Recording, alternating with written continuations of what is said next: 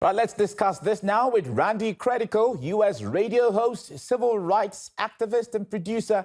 Randy, I'm glad to have you join me.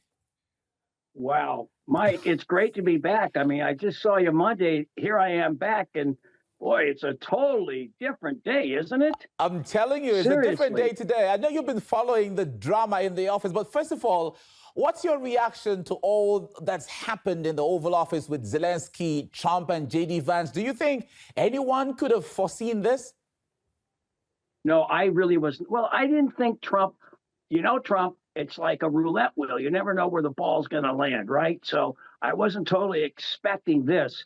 But, the last couple of days with Macron and with Starmer, I said that was really his warm-up act. That was like he was like trying things out. And you kind of felt that this was not going to go well for Zelensky when you saw the treatment those two guys got. Yeah, it was such a humiliation for Zelensky. But you know what? He was due this. This is what, when you make a pact with the devil, there's a Dr. Faust, Mephisto.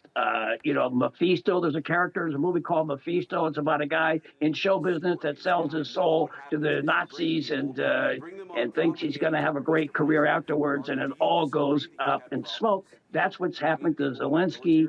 He's been coming to this country, hoodwinking the Congress for the last 3 years. And today, he got a dose of reality. We all knew what this guy has done. The fact that Vance brought up the Shanghai dragging kids off the streets, poor kids off the street and tossing them into the meat grinder. That was the first time you heard that on mainstream media because they won't ever pick it up. We all know what he's been doing. He's been dragging these kids and throwing, as his wife is spending millions of dollars on diamonds and Bugattis, and he's buying land and everything. He's taking these poor kids and throwing them into the front line. That was great. That was like a pivotal moment that I'm glad the world saw. Now, this disastrous meeting comes at the end of the week, which saw French president and British prime minister also all in the Oval Office. You mentioned that earlier. They were all trying to elicit sympathy for Ukraine. All that work by London and Paris now lays in ruins, doesn't it? Right. Zelensky is going to take them down with them. They bet on the wrong horse. They bet on a one-legged horse.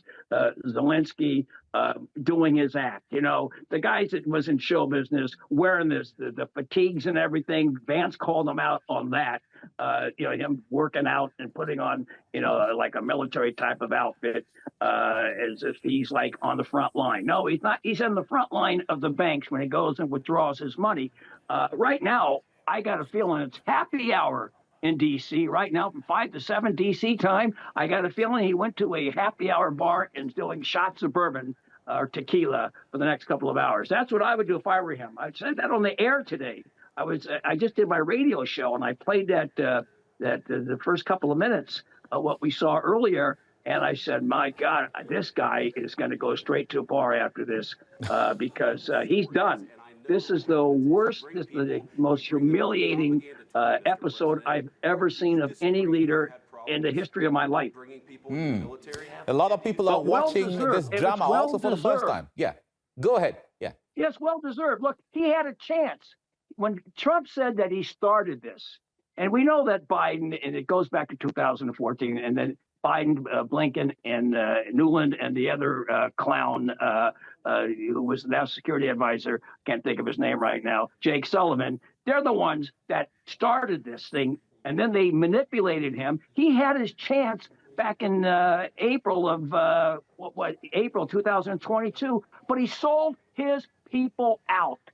He sold millions of Ukrainians out, and he's responsible for those million dying. He trusted the West, all right? He bet on the wrong horse instead of sitting down with, Ukrainian, many of them they're Russians. And he should have stuck with Russia. I said that back then, and not trust the West. He did. He bet on the wrong horse for personal gain. He got a lot of personal gain out of this. He wouldn't have gotten personal gain out of Russia He should have done that for the right reason. He did it for the wrong reason here. It wasn't about patriotism. It was about self-aggrandizement. And he's coming out like Churchill. He's not Churchill. He's that guy Mosley, Oswald Mosley, the Hitler supporter in England back in 1940. All right, now let's take a listen to Lindsey Graham, who has been a staunch supporter of Kiev. Let's take a listen to what he said. President Trump was in a very good mood last night. Somebody asked me, am I embarrassed about Trump? I have never been more proud of the president. I was very proud of J.D. Vance, standing up for our country. We want to be helpful. What I saw in the Oval Office was disrespectful, and I don't know if we can ever do business with Zelensky again. Well, he also said Zelensky should now resign if Kiev wants to keep talking to Washington. And even Elon Musk has seconded that. Now, in your view, how likely can any of this happen in the coming weeks and months? Well, if I were him, I wouldn't. What I would do? What's he to resign from? He's not the president of anything. All right. He doesn't. He's not the Ukrainian leader. He's like he pretends to be. What he should do is ask the State Department to find a place for him to go, take his wife with him, not go back to Ukraine, because he will not be safe in Ukraine. They know he's finished, and he's no longer useful for the neo-Nazis in Ukraine, so they're going to do something else. And Zelensky's he's not long for the world if he goes back there. And I don't think he's long for the world if he doesn't go back there. So I have no idea. He put himself in this position. Maybe it should be a lesson for people in the future who want to be leaders that sell out their country. He sold out 1 million, 1 million dead people. You got how many wives and mothers and cousins that are all dead, more than that, because of him. He should have signed that agreement.